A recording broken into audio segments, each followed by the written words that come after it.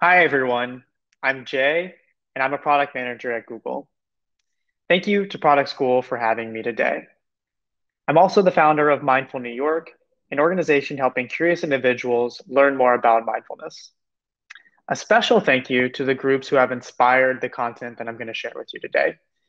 In particular, I'd like to thank the Mindfulness Organization at Google and 10% Happier.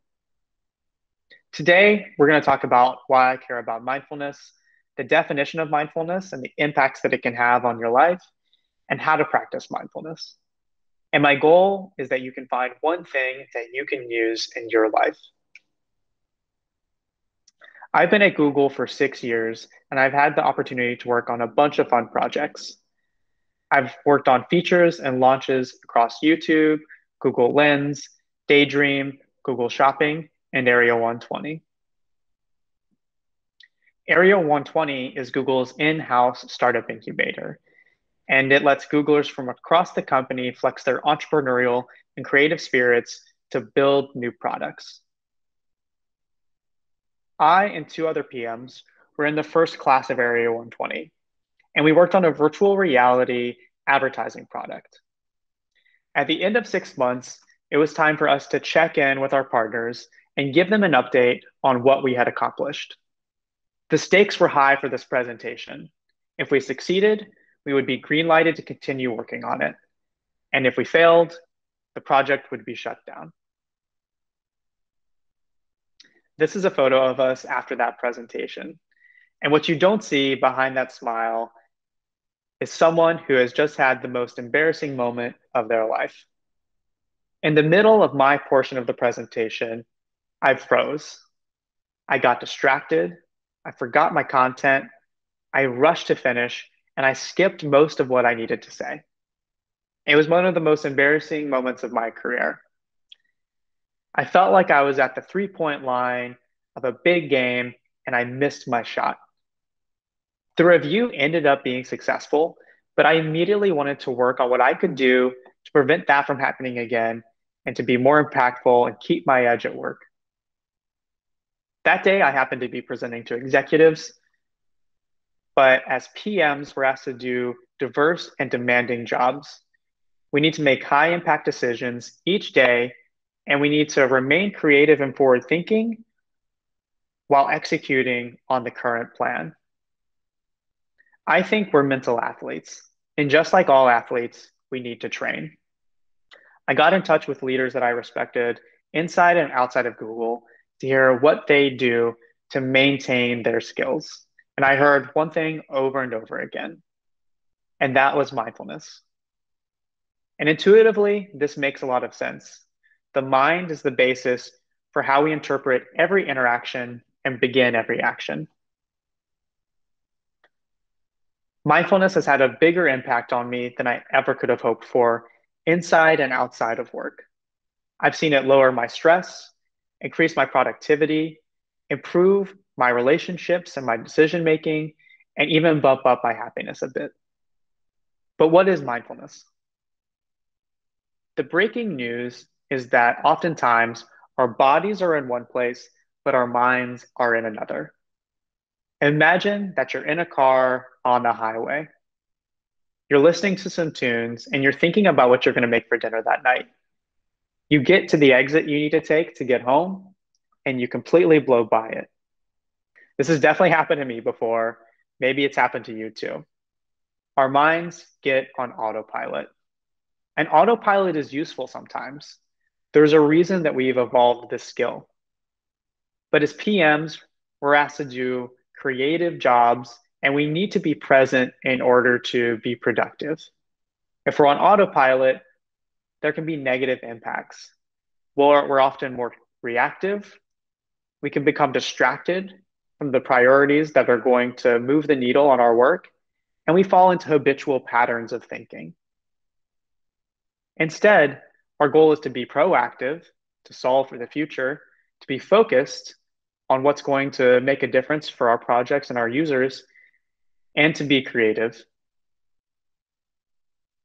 The question becomes, how do you get off of autopilot? And the answer is by coming back to the present moment. And that's the definition of mindfulness: noticing what's occurring around you and in your head without judgment. Mindfulness is all about building familiarization with the present moment. We can do that with the body, noticing the breath or sensations like hot and cold. We can do that in the mind. Hopefully, I'm not the only one with an inner voice up there. And we can also do that with surroundings, sounds, sights, and smells. We're training our attention using our senses and our perception. Some of the things we notice will be positive and some will be negative, and that's okay. The goal is to build distance and objectivity and not get swept away by these thoughts. There's an analogy that I love, which is that our thoughts are a train, and our goal is to get off the train and be able to watch them go by. In order to do this successfully, we need to approach each moment of mindfulness with curiosity, kindness, and appreciation. These aren't words that you're going to hear every day at work, but they're key to developing a healthy, sustained practice and by building that objectivity that we spoke about earlier. Autopilot for PMs means working on whatever to do or email happens to come next. Mindfulness for PMs, on the other hand, means focusing on the present and actively deciding where you're investing your time and your attention. It means bringing awareness and intention to each and every moment. If we're able to do this successfully, we'll see a lot of positive impacts. If we can shine the light of awareness on the present moment, we'll often be more open-minded, we'll be more collaborative, and we'll be open to opportunities. If we're PMing on autopilot, we may spend a lot of time doing unproductive worrying about the future or ruminating on things that have already occurred. That's time and energy that could be spent in the present moment, solving our problems and helping users. After a few years of practicing mindfulness, I've seen it touch every facet of my life and my career. But I've seen it impact a couple of areas in my core job that I think will be interesting to you. First is prioritization, and second is the ability to focus on those priorities. I found that my ability to effectively prioritize and then check in that I've lived by those priorities has been greatly improved by practicing mindfulness. As a product manager, we're constantly asked to weigh impactful work with more urgent work and requests. You've probably seen this chart before. And as PMs, we want to focus on the things in the upper left-hand quadrant, stuff that is impactful and is going to move the needle for our projects. But this doesn't always happen. In fact, for me, there's some weeks where it rarely happens. If you think back to your last week, do you know how you spent your time? Are you aware of how much time you're dedicating to different categories of work? If not, checking in throughout the day and throughout the week and confirming that you're living by the priorities that you've set can be a fantastic tool to building the muscle of deliberately working on things that you care about.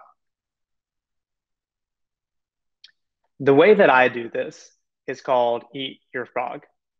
And it comes from a quote by Mark Twain. If it's your job to eat a frog, it's best to do it first thing in the morning. And if it's your job to eat two frogs, it's best to eat the bigger one first. This means that we need to take on the toughest challenges before we move on to other things. Work on the most impactful things, no matter how difficult they may be. The way that I apply this is by writing down the top 3 ways that I can have impact in the morning. And this is a fantastic way to flex the muscle of attention. Once we've set those priorities, we can then focus on number 2, focus. And this is another skill that's been heightened by mindfulness. I've been able to retain my focus longer and, more importantly, notice when I've lost focus.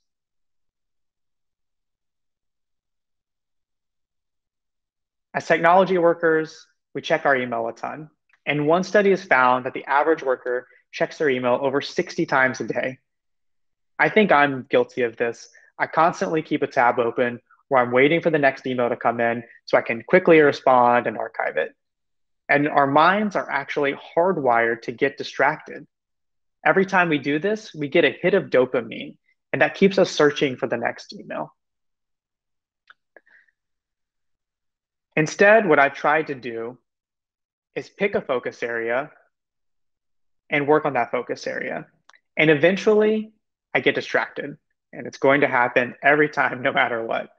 But the key is part number three, becoming aware of that distraction, and then making the decision if I want to reorient my focus back to the important thing that I was working on.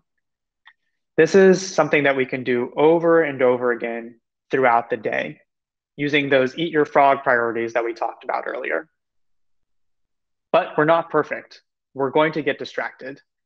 And according to Harvard, people are lost in thought almost half of the time.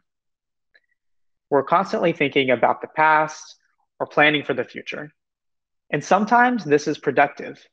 You might be doing a pre-mortem that's helping you plan for a launch and make sure that you're doing what you can to prevent failures. Or you might be doing a retrospective where you're discussing how your team has performed for the past couple of months and making sure that you're learning from those experiences so that you can improve your team. But a lot of times, these thoughts aren't useful, or they become less useful over time. I've found that when I'm thinking back to a mistake I've made or something I've done, the first few times that I think about it, I'm gaining some utility from that thought. But by the 20th, 30th, or maybe sometimes 40th time that I've had a thought, I'm no longer driving a lot of usefulness out of that. But there's a simple tool that you can use to help break this pattern. And it's by asking a question. Is this thought useful? This is something that I learned from Joseph Goldstein, a respected mindfulness teacher. And I found it to be a powerful tool to use when I find myself stuck on a thought, ruminating on something that's already occurred, or worrying about something that hasn't yet happened. This can help us get off of the train and onto the platform and view those thoughts objectively. We've discussed a couple of ways of applying mindfulness to our jobs and how it might have impacts, but how do we build a holistic mindfulness practice that's going to impact everything that we do and how we work? There are two ways to build up a mindfulness practice. One is in the moment mindfulness, and a second is at the gym mindfulness. And this is a framework that we taught at Google that I absolutely love. First, let's dive into in the moment mindfulness. This can be used anytime, anywhere. You don't need anything. You can consider this a mini retreat to check in with yourself and come back to the present moment. And by coming back to the present moment, you can decide actively what you want to do next. This is Viktor Frankl, and he's the author of a powerful book that I suggest you read called A Man's Search for Meaning. And he has a quote that I appreciate, which has to do with in the moment mindfulness. And that's between a stimulus and response, there is a space. And that space is our power to choose our response. And in our response lies our growth and our freedom. Imagine that someone's cut you off in traffic. You might notice that your heartbeat speeds up a little bit, or you get a little bit hot. These are reactions that we can't control. But what happens next? We often become angry. What we can do instead is build in some in the moment mindfulness and respond rather than react. We want to build the space between the stimulus and the response. And mindfulness is what can create that space. And you can replace getting cut off in traffic with anything that has happened to upset you or impact you strongly inside or outside of work. This is a tool that you can use anytime, anywhere. And it's incredibly simple. First, stop. Take 3 deep breaths. And then notice what you feel.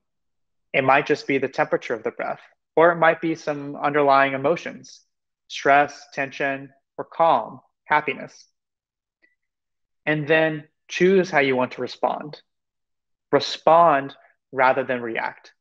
Take all of the information and choose intentionally what you want to do next. Here are a few ways that you can use in the moment mindfulness at work. And I like a couple of these in particular. The first bullet here, I think, has saved my job a couple of times at Google. Take a moment before hitting send on a difficult email. Another one that I love here is mindful listening. Oftentimes, almost all of the time, when we're having a conversation, instead of staying focused on the speaker's content and why they're saying what they're saying, we're thinking about how we're going to respond. The next time you're having a conversation, just listen. Listen deeply, mindful listen. The next category of mindfulness is at the gym mindfulness. And I love this analogy because it's so accurate. And it's accurate because the brain is a muscle. And just like all muscles, the brain changes as you use it. We're actually rewiring our brain by training the muscles of attention. And scientists have shown that as we become aware of distractions and reorient our attention, different parts of the brain are lighting up. In fact, one study showed that after 8 weeks of mindfulness training, they could actually see physical changes in the brain. This isn't something that we're just thinking about. This has been proven to change the way our brains work. So how do we practice at the gym mindfulness? There are a few different ways, and the most popular is daily meditation. Daily meditation may sound imposing for someone who hasn't done it before, but it's actually incredibly simple. Similarly to what we discussed before, you find a point of focus. Instead of your work priorities in this case, it's probably your breath, but it could also be a sound or a sight. Then inevitably, you will get distracted, and that's completely okay. Simply become aware of that distraction and reorient yourself back to the point of focus. There's a misconception with meditation that I want to clear up, and that's that the point of meditation is to clear our minds. And that is absolutely not the case. The point of meditation is to notice whatever is happening without judgment. If we're able to train the attention to come back to the present moment, then we're doing meditation right. And we rinse and repeat this as much as we can in order to build those muscles. A second way that I've found of practicing mindfulness is by setting my priorities and then trying to live by those priorities by investing my time effectively. Anytime that I notice I've gotten distracted is a chance for me to come back to the present moment. I do this by eating my frog, AKA setting my top priorities of the day, but you might have another system that works well for you. The important thing is that you're focusing on what can drive the most impact rather than what happens to be most urgent that day. And every time you get distracted, which will happen, just come back to the present moment. A third category of practicing mindfulness is what I call product time. And this is dedicated open time on my calendar to think, reflect, and proactively engage with the projects that I'm working on. Often as PMs, we're jumping from meeting to meeting, problem to problem, and we don't get to sit in the awareness of what is happening with our projects, why they exist, what problems we're trying to solve, changes external to our projects, and what we can do about it. Having dedicated product time is a fantastic way to get off the autopilot of jumping from meeting to meeting and problem to problem and thinking more deeply and getting in touch with how you're approaching your project. Lastly is a journal. And this might sound weird to some of you, but a journal is actually a form of meditation as well. It's a way to check in with how you're feeling, how you're doing, and you can ask really important questions like, what is your inner voice saying today? Where did I spend my time well this week? Where did I waste time? And by checking in with these things, you'll be more aware of them the next time they happen in real time. Anytime we take on a new habit like this, there's always one thought that occurs to everyone. And this is something that definitely happened to me. And that's, I don't have the time. This, along with a few other challenges, can keep people from investing in mindfulness. There's a few myths that I'd like to dispel. First is, I'm not good at it, or it shouldn't be this hard. If you're attempting to focus on something, then you're doing it correctly. You will get distracted, and that's okay. The point is to continually come back to the present moment. Sometimes I only last a few seconds before I get distracted by some thought. And this should be challenging. If you go to the gym and you don't sweat, then you're not doing it right. And mindfulness is the same way. No one ever sat down to meditate and stayed focused until they stopped. The second challenge is I don't have the time. This is something that I definitely thought when I started, and it took me a while before I could build the habit. I would encourage you to think about this a little bit differently. Instead of thinking about this as time taken away from your other priorities, think about this as the 1% of your time each day that's going to improve the other 99%. Also, start small. Even a minute a day can make a big difference, and you can build up to 3, 5, or even 10 minutes one day. Also, be sure to record because we only improve what we measure. When I started meditating, I found out that the CEO of Slack and Twitter, Jack Dorsey, spent as much as 60 minutes each day meditating. This like blew my mind. But it made the 3 minutes that I was attempting to do seem much more manageable. And eventually, I was able to get over the hump. I made sure that I was doing this daily-ish, not trying to be perfect, and getting back into it whenever I fell off. The last challenge is the thought that it won't work. But scientists have proven that if you spend time doing a mindfulness practice such as meditation, it will have a positive impact on your life. There are dozens, hundreds, thousands of studies that have shown that mindfulness is a positive thing, and there are more and more studies coming out every year.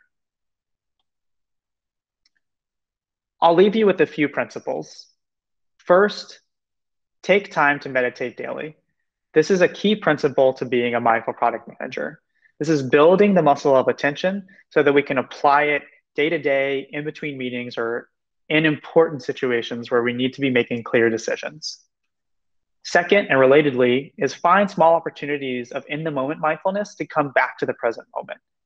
That might be in between meetings before you context switch, or that might be something similar to what I do when I used to get in the elevator and check in with myself. A third principle is to think impact first and to check in to make sure you're living by those priorities. We often set priorities, but we don't do that second step.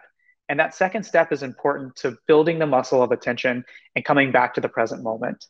Whenever I'm working on something important, like a presentation for product school, and I get distracted, I can notice that distraction and then decide whether I want to go down that path of action or whether I want to come back to the thing that I wanted to focus on originally. And distractions will happen. The key is noticing the distraction and coming back. Don't beat yourself up because you're not perfect. Nobody is. Lastly, use the tool of questioning yourself. Is this thought useful? Whenever you get carried away by something, ask that question. And if you're not getting any utility of that thought, try to come back to the present moment. And if something big occurs, whether it's getting cut off in traffic or something that's occurred at work, remember to ask yourself, am I building space between a stimulus and the response? The more space that you can build in, the more intentionally you can respond to whatever's occurring. Lastly, I'd like to say that these are challenging times for many of us. Before we can take care of our teams, our users, our projects, we need to take care of ourselves. I hope that you found something in this presentation that you can use to live a little bit more mindfully and help yourself help others. Thank you so much for the time. My name is Jay. My passion is spreading mindfulness. You can email me at jay@mindfulny.co, or you can find me on LinkedIn. Thank you, and I hope you have a wonderful day.